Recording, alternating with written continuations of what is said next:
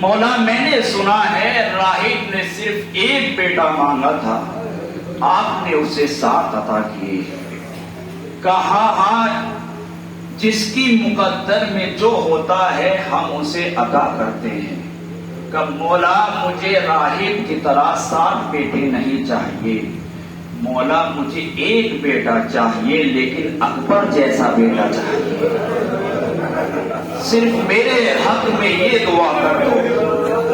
امام حسین نے توڑ کے کہا میں تیرے حق میں دعا کر دوں گا، لیکن میرے کچھ سوال ہے، اگر اس کے صحیح جواب دے دیے تو میں تیرے حق میں دعا کر دوں گا۔ بہت رہو گے عزادارو۔ امام حسین نے معلوم ہے پہلا سوال کیا کیا کہ فرض کر لے اللہ تجھے اکبر جیسا بیٹا دے، پوری زندگی تیرے سے کچھ نہ مانگے، اگر زندگی میں صرف ایک خواہش کرے تو تو کیا کرے گا؟ اس نے کہا مولا ایسے بیٹے کے لیے اپنے آپ کو گروی رکھ دوں گا، اپنی جان تک دے دوں گا، لیکن ایسے بیٹے کی خواہش پوری کروں گا۔ امام نے کہا میرا دوسرا سوال یہ ہے، اگر اللہ تجھے ایسا بیٹا دے، اگر اس کے پیر میں کانٹا چبھ جائے تو تو کیا کرے گا؟ تڑپ کے کہتا ہے مولا وہ کانٹا اپنی آنکھ میں برداشت کر سکتا ہوں، لیکن ایسے بیٹے کے برداشت نہیں کر سکتا۔ حسین تڑپ گئے، تڑپ کے کہتے ہیں ارے تم مستحق نہیں لگتا کہ میں تیرے حق میں دعا کروں۔ اس نے تڑپ کے پوچھا وجہ کیا ہے؟ کہا سن، ارے یہ جوان زندگی میں کچھ نہیں مانگے گا، صرف کربلا کے میدان میں ایک 2 گھونٹ آگ کا مجھ سے سوال کرے گا۔ ارے تو نے کہا ایسے بیٹے کے اگر کانٹا چبھ جائے میں اپنی آنکھ میں برداشت کروں گا۔ ارے تجھے معلوم ہے یہی علی اکبر ہوگا، کربلا کے میدان میں سینے میں برچھی کی علی کھائے گا۔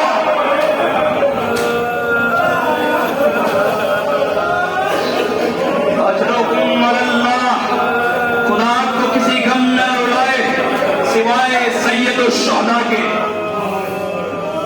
امام حسین کربلا کی طرف بڑھ رہے، ہلکی سی آنکھ لگی، آنکھ کھلی، امام حسین نے کہا انا للہ و انا الیہ راجعون۔ علی اکبر ساتھ ساتھ چل رہے، مولا اس وقت کلمہ استرجا کیوں کہا؟ امام حسین نے کہا بیٹا ابھی میں نے خواب میں دیکھا کہ ہم آگے آگے بڑھ رہے تھے اور موت ہمارے پیچھے پیچھے بڑھ رہی تھی۔ جناب علی اکبر نے صرف ایک سوال کیا، یا ابتی اولسنا علی الحق، بابا جان کیا ہم حق پر نہیں ہیں؟ تو امام حسین نے کہا بیٹا اگر ہم حق پر نہ ہوں گے تو کون ہوگا؟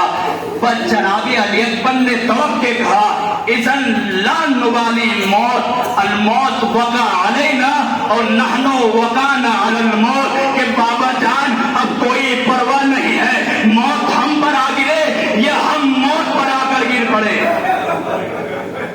کڑیل جوان پہنچ گیا کربلا کے میدان میں، چھوڑ دیا میں نے سب کچھ، روز عاشور نمودار ہوئی۔ امام حسین مؤذن ساتھ لے گئے، اس کا نام ہے حجاج بن یوسف، لیکن جب صبح عاشور نمودار ہوئی مؤذن کو روک دیا، علی اکبر کو قریب بلایا، علی اکبر آج تم اذان دو۔ کیوں حسین اذان دلوا رہے ہیں معلوم ہے آپ کو؟ تاکہ یہ قوم رسول کی آواز سن لے اور اب بھی ہدایت پا لے۔ اللہ اکبر۔ حسین کو آخری وقت تک خیال تھا کہ یہ لوگ ہدایت پا جائیں۔ علی اکبر گلدستے اذان پر آئے اور آواز دی اللہ اکبر، اذان دی، لیکن اذان کے بدلے میں معلوم ہے لوگوں نے تیر چلائی۔ امام حسین کا آدھے سے زیادہ لشکر شہید ہو گیا۔ اب ایک